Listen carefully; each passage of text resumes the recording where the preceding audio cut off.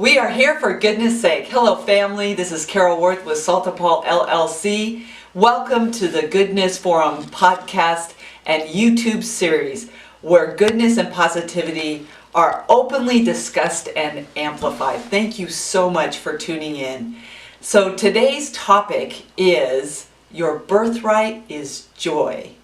And our wonderful guest today is a dear friend, Cindy Chandler. And so I'm going to give Cindy a moment to just introduce herself and tell you a little bit about the kind of work she does in life and where she lives and a few things about herself. So welcome, Cindy. Thank you, Carol. I'm so glad to be here. And I am Cindy Chandler, and I was born and raised in Helena, Montana. I'm a Montana girl at heart. I love the great outdoors, and I work at Rockwood Retirement Communities, where I've actually had the pleasure of working for the last 23 years. And before that, I worked with seniors also, and when I lived in Santa Rosa and Eureka, California. And I love working with the older adults. Oh, so much joy that they get to share, and I get to be of service to them.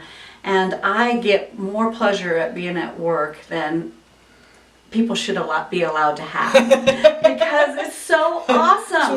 It's work play for you, isn't it? Love my job, and not everybody can say that. And I get to serve residents and be part of their lives and to make their days more pleasant by having me in it. So I get to practice that every day, bringing love and joy to their lives. So wonderful. So that's who Cindy, what she does and who she is a little bit. So we're going to read the quote of the episode. Okay. So the quote is by Henry J.M. Nouwen. And forgive me if I mispronounced that for anyone who knows particularly. But here's the quote. It's really apropos to the subject and to our wonderful guest. Joy does not simply happen to us. We have to choose joy and keep choosing it every day. So that's one of the things I noticed about you, Cindy, is that when you walk into a room, your vibration of joy and love precedes, it's like it announces itself when you walk in the room. So could you tell our guests a little bit about, just if someone was to just see you, they see the glow, the aura of joy just around you, in your face and in your comportment, the way in which you carry yourself is joyful. Could you tell us a little bit about that? How did that, have you always been like that, or what's happened for you in life? I, on the other hand, do believe that I was actually born with joy, because I have practiced it all my life. Growing up in Montana, I got to be outside in the great country, and I had 4 little sisters that sometimes they didn't bring me joy, but I got to at least I got to be the older sister. So but I actually do love people, and I love being part of any room that I come into, and to I don't know, I'm just joyful. I am just born with it. It's just who I am. It's easy for me to bring that to any room that I appear in, because it's just how I feel, genuinely feel joy in my heart and in my life. That's fantastic. Now, were there times in your life where that seemed to be dampened, or that wasn't the case for you? And in which case, how did you, as the quote says, choose joy and keep choosing it in the face of whatever you were dealing with in life? I did have dark days in my life. At the end of my drinking career, I was pretty sick, physically, mentally, and spiritually. But I still got up with joy in my heart, and I still learned to practice it and choose it, because it was just easier for me to live life, even though I had some trauma and I had some stuff that wasn't really going as I thought that it should go. But I chose to at least make the best of my dark days as best as I possibly could, because it was just easier for me to deal with life, on life's terms, basically.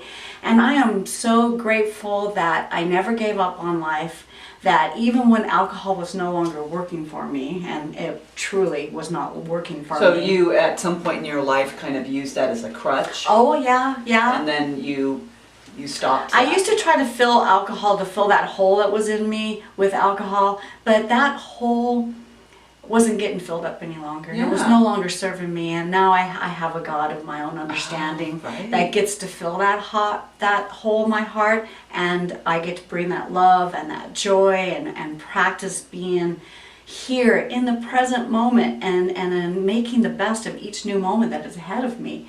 And I love my life today. And it's been a little over 5.5 years that alcohol has left my life, and Yeah, and I've been fantastic. separated Congratulations. from it. Thank you. That's awesome. And I have absolutely no regret about what happened and why I was drinking or with what's happening in my future. It's just so much better today. It's just so much better. I love my life. Tell us a little bit about, like, when you're working with the older people, right? So that you're in a retirement community, and oftentimes, I don't know about you, but I've gone to some of those kinds of communities, and there seems to be some difficulty with people being in joy, right? And tell us about what your experience is, what your stand for them is. How do you approach these people who are arguably nearing the end of their lives? Something that I really take joy in is meeting them right where they're at. Right where they're at. And sometimes they have dementia, and I get to walk with their little journey that they're on, and just to be with them right then, right where they're at, and love them. It's not. I get to be part of where they're at right in that moment, and be able to share joy and love with them as they're going through the stages of getting closer to the end of their lives. And sometimes that's just simply holding a hand, doing something special that's hard for them at the moment. And maybe that's because they can't hear.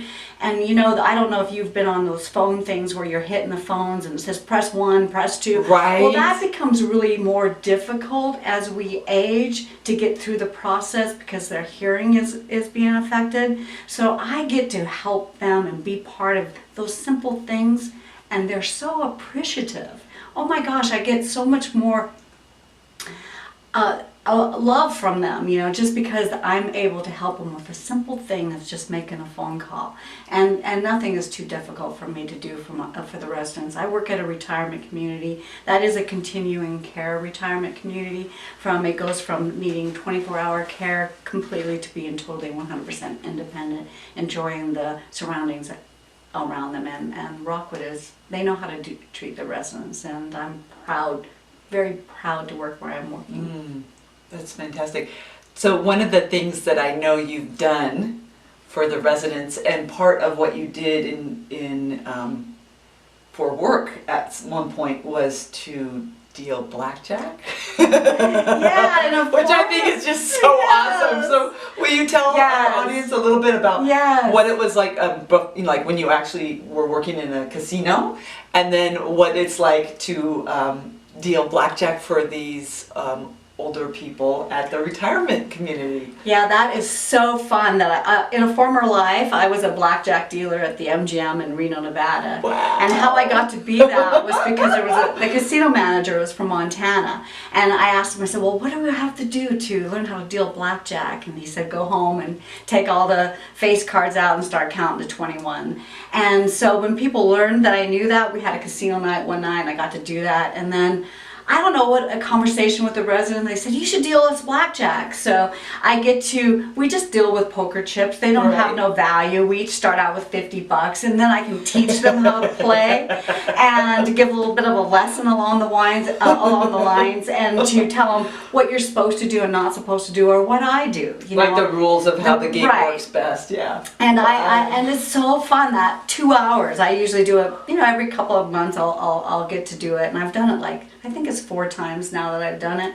And it's so fun because I get to learn stories as they share in their life and their experiences, and I get to give them part of me too and share some of my joy and love that I have for life. Yeah, fantastic. I love my job. Is there a particular experience that you would want to share with the audience about a resident that, I mean, you would need to, of course, leave the names out, but anybody that you know that you'd like to share a story about a resident that was particularly meaningful for you? There's so many of them.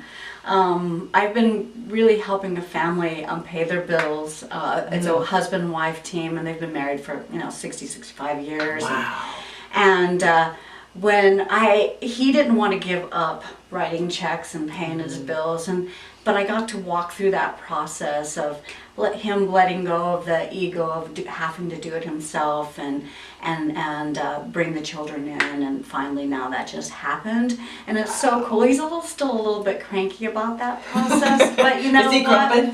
He's a little, because it's like that's the last thing he was able to do, even though honestly it had reached to a point that it was probably time for him to let go of that. And I got to be part of that, and what was so cool, the family thanked me with this beautiful picture of a cardinal, which cardinals I didn't really know was kind of my thing, and it has been my thing for a while, but that could not have been a better present for them to give me. And we're not supposed to take gifts, but that was a gift from the heart, from the family, and I certainly didn't think that as a tip. That was kind of God inspired.